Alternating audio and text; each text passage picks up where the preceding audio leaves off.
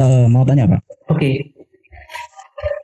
terkait penelitian ini sendiri itu sebenarnya ada batasannya enggak Pak terkait ini? Maksudnya dari segi tujuan, misal ada penelitian ini yang tujuannya itu untuk komersil, ada penelitian yang tujuannya untuk Oke, jadi seperti yang saya sebutkan tadi ya di pertemuan pertama itu ada beberapa tujuan penelitian ya, 5 kalau nggak salah. Nah, untuk luaran atau sebenarnya tujuannya itu yang saya sebutkan di pertemuan pertama itu ada untuk memahami, untuk membuat sesuatu, terus untuk mencegah. Nah itu sebenarnya itu. Tetapi masalah komersil atau enggaknya itu kembali kepada luarannya ya. Jadi bukan bukan tujuannya sebenarnya, tapi luarannya. Luarannya itu apakah nanti hanya berupa ilmu pengetahuan. Ilmu pengetahuan itu maksudnya paper ya. Jadi kalian jangan jangan pesimis kalau misalkan ya meneliti habis berapa juta tetapi cuman jadi kertas kayak gitu. Itu bukan bukan itu sebenarnya. Luaran itu nggak harus berupa produk ya saya katakan, karena banyak yang masih berpikir seperti itu, yang luaran itu berupa produk, tapi luaran itu bisa juga berupa ilmu. Nah kayak misalkan black hole, nah itu kan penelitian yang luarannya berupa ilmu atau berupa kebijakan baru. Misalkan contoh kebijakan baru apa, misalkan yang dulu nggak pakai masker atau yang pakai masker yang awal-awal corona itu yang pakai masker itu hanya yang apa namanya yang sakit, tapi sekarang semuanya harus pakai masker. Itu kan kebijakan kita jadi tahu karena apa, karena ada penelitiannya, jadi nggak asal ya, nggak cuman bermodal perasaan.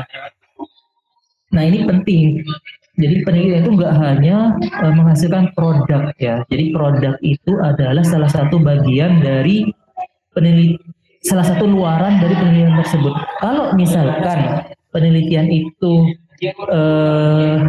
prospek untuk dijadikan komersial, nah itu bagus, nggak apa-apa. Nah terutama pemerintah sekarang memang ingin agar penelitian itu bisa menghasilkan ya, ada produknya ya. Nah itu juga jadi nggak masalah.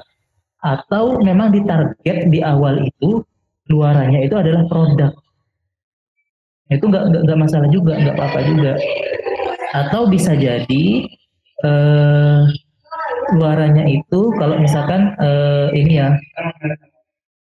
riset tentang penjualan misalkan, kan kalau misalkan kita masuk ke supermarket eh, di ini sebut merek ya, Hero misalkan, ketika kita masuk pertama kali itu kan ada produk-produk yang di display ya, sebenarnya itu bisa diteliti itu display apa sih produk yang membuat orang itu ngambil terus beli, atau display apa misalnya, nah, kalau habis produk A itu pantasnya itu produk apa supaya orang itu bisa langsung ngambil.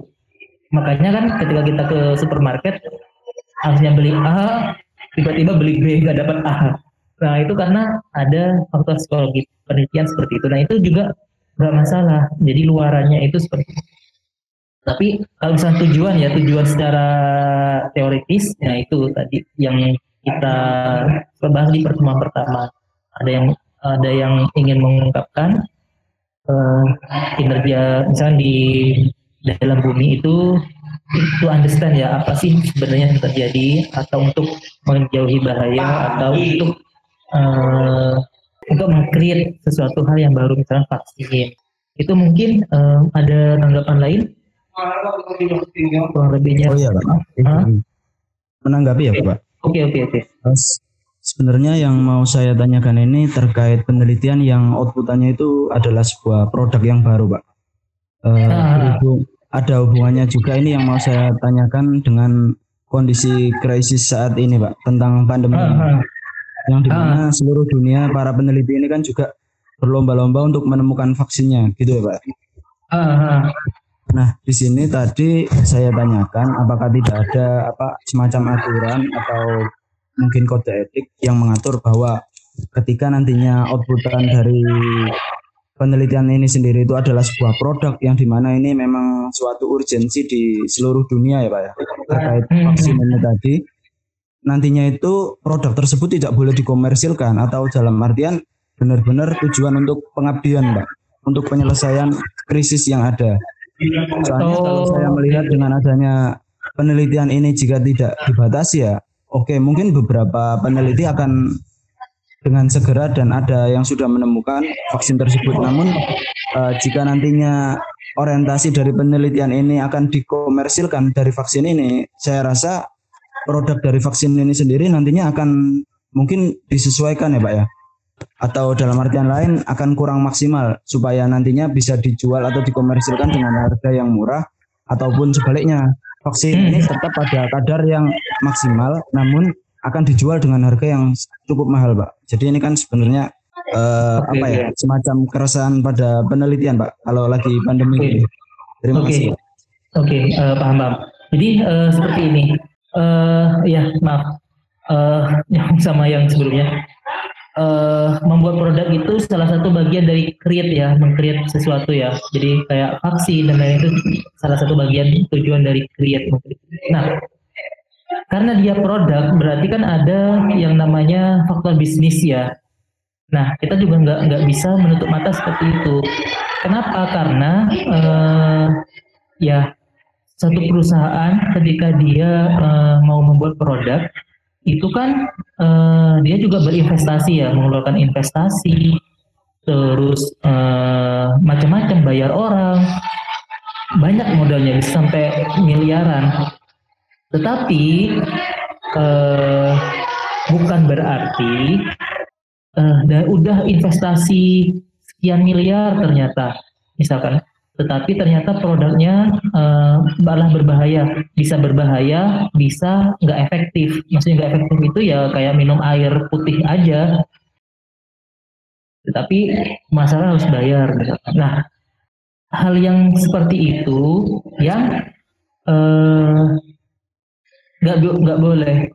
Maksudnya nggak boleh tuh gini, udah berbahaya tapi karena sudah investasi banyak ya udah dijual aja, takut nggak balik modal. Nah itu yang nggak boleh. Tetapi kalau misalkan ternyata memang efektif terus tapi harganya mahal akibat dari investasi awal yang mahal, nah itu apa ya, ini jadinya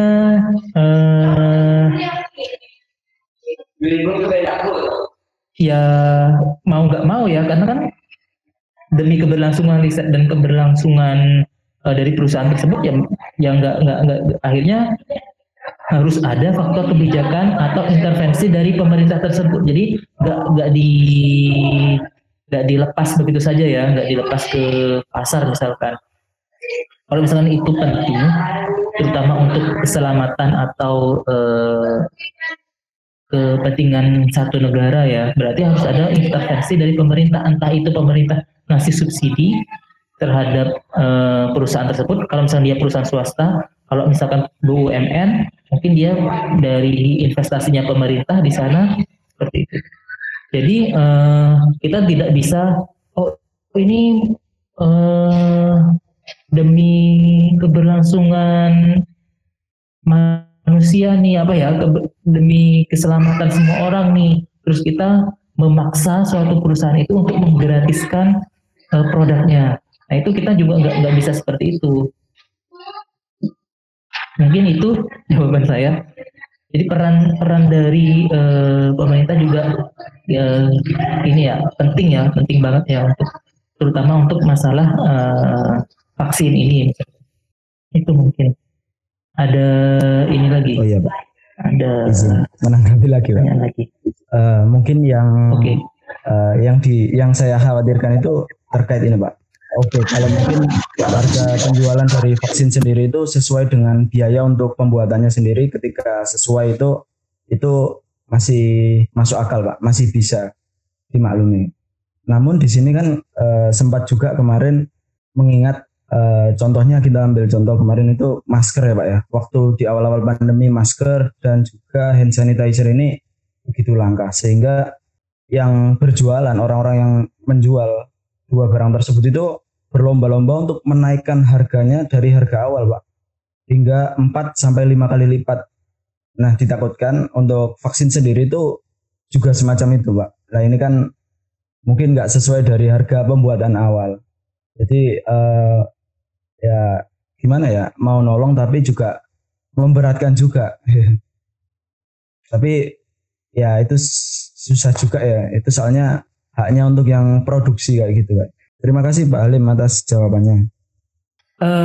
Jadi seperti itu ya, tadi saya bilang kalau masker itu memang mungkin karena ada mekanisme pasar ya, dan produknya udah ada di masyarakat, hampir semua masyarakat bisa menjual dan membeli. Tapi kalau vaksin mungkin ini bakalan lebih bisa diatur, karena tidak semua masyarakat atau tidak semua perusahaan bisa membuat, tidak semua orang bisa ngejual dan membeli. Jadi mungkin bisa lebih mudah diatur dibandingkan dengan yang produk seperti hand sanitizer atau masker, misalkan dari peraturan Menteri Kesehatan untuk dokter atau seperti apanya. Sehingga ya kita harus melihat case by case sih sebenarnya. Oke, ada tanggapan lain dari teman-teman? Izin bertanya Pak. Ini saya bertanya mengenai etik during publication ini Pak. Oke. Ini mengapa ya Pak? Ketika submit penelitian itu harus satu-satu. Kenapa kok tidak boleh 2, 3, 4 secara bersama-sama? Apakah dampak negatif mengenai hal tersebut Pak? Terima kasih. Oke. Jadi seperti ini. Yang kerja di jurnal, jadi ketika kita update submit jurnal, itu yang kerja itu banyak sebenarnya. Ada editor. Pertama editor ya, editor menyeleksi. Habis editor menyeleksi, dia serahkan kepada associate editor. Habis associate editor, dia serahkan kepada reviewer. Itu bisa 3, 4 orang. Habis dari reviewer, dia balik lagi, ada copyright editor ya, yang dia menyeleksi bahasanya. Jadi ada banyak orang yang kerja untuk menghasilkan satu jurnal. Nah, kalau misalkan kita submit ke 2 sekaligus, terus dua-duanya diterima, nah itu nggak bisa. Karena apa? Karena salah satu harus dicabut, ya kan? Karena jurnal itu nggak boleh ada 2, satu penelitian diterbitkan di 2, apalagi judulnya sama, karena kan langsung ya judulnya sama, isinya sama. Di 2 tempat itu nggak boleh, karena berkaitan juga dengan hak cipta. Jadi harus ada satu. Nah, berarti harus ada satu jurnal yang dia dia rela pekerjaan dari sekian banyak orang itu nggak ada gunanya. Padahal udah di-accept, udah macam-macam, pekerjaan dari sekian banyak orang nggak ada gunanya gara-gara kita submit di jurnal seperti itu. Itu salah satu alasannya. Jadi harus satu-satu selesai, baru kalau dia ditolak baru kita revisi ke submit ke jurnal yang lain. Kalau ditolak submit ke jurnal yang lain. Sama juga seperti kalau buku saya kurang tahu ya, buku sama di koran saya kurang tahu, tapi kayaknya hampir sama juga ketika kita mau menerbitkan buku ya ke satu penerbit. Kalau misalnya dia nolak berarti ke penerbit lain. Karena memang etikanya seperti itu ya. Alasan lebih jauhnya saya kurang tahu, tapi mungkin salah satunya itu. Salah satunya adalah ada banyak orang yang bekerja, terus kalau misalnya kita nge-submit kedua atau ketiga, jadi ada banyak pekerjaan orang yang bahkan bakalan sia-sia. Dan juga berkaitan dengan copyright tadi, hak cipta tadi. Siap Pak, terima kasih. Ada lagi? Ini yang ngerekam siapa ya? Nanti bakalan ke ininya saya enggak ya rekamannya? Ya, Pak, simpan di Google Drive-nya Pak. Di Google Drive pembuat link Google Meet ini Pak. Oke, kemarin udah diedit sama Trik. Saya lupa upload. Oke, untuk ini saya mau ngasih tugas kalau ada pertanyaan. Saya lihat silabus dulu apa ya tugas di silabus ini. Oh, review jurnal, tapi gini aja. Coba satu ini 40 orang ya jumlahnya. Satu kelompok 10 orang. Ini ya. Kalian review satu jurnal. Ya, mana ini? Satu jurnal, terus kalian rangkum kira-kira dari jurnal tersebut yang berkaitan dengan riset etiknya itu seperti apa.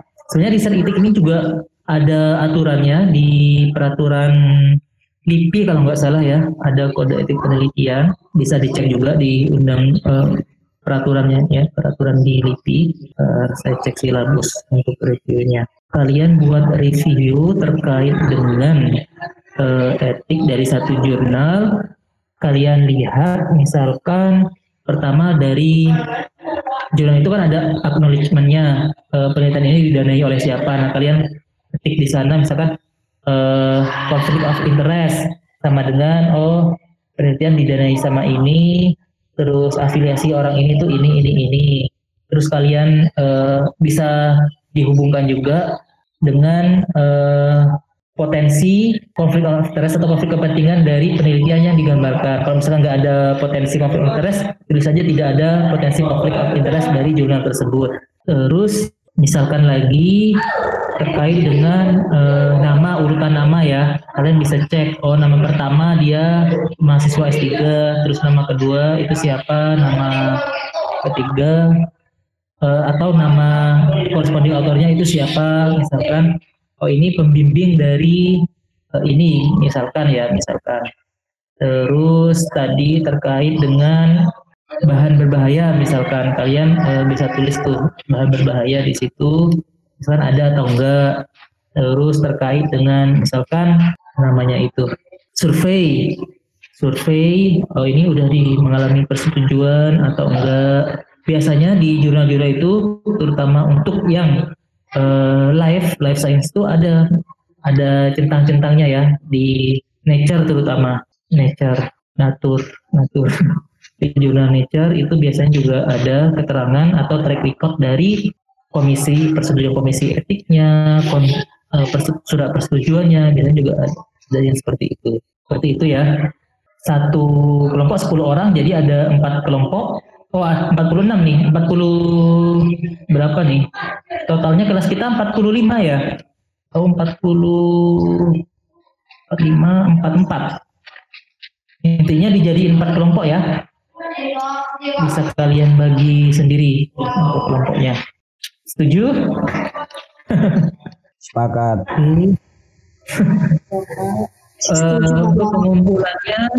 Untuk pengumpulannya nanti saya buatin drive sendiri ya, buat ini tugasnya. Pengumpulannya kapan nih inginnya? Pak, saya rajin Pak, nanti sore saya bisa Pak. Kapan nih, mau kapan? Seminggu lagi? 2 minggu lagi Pak. 2 minggu ya, oke. Sama, santai. Mungkin 1 minggu setelah pertemuan ini atau 2 minggu lagi Pak. Iya.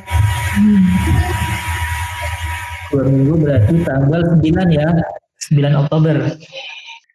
Siap Pak. November Pak. November ya. November. 9 November. Oke. Itu kalau nggak ada pertanyaan kita tutup pertemuan kita. Semoga bermanfaat ya. Maaf kalau misalkan penjelasan saya ada yang keliru atau ada yang salah, tidak sesuai dengan yang seharusnya. Kita tutup sampai di sini. Assalamualaikum warahmatullahi wabarakatuh.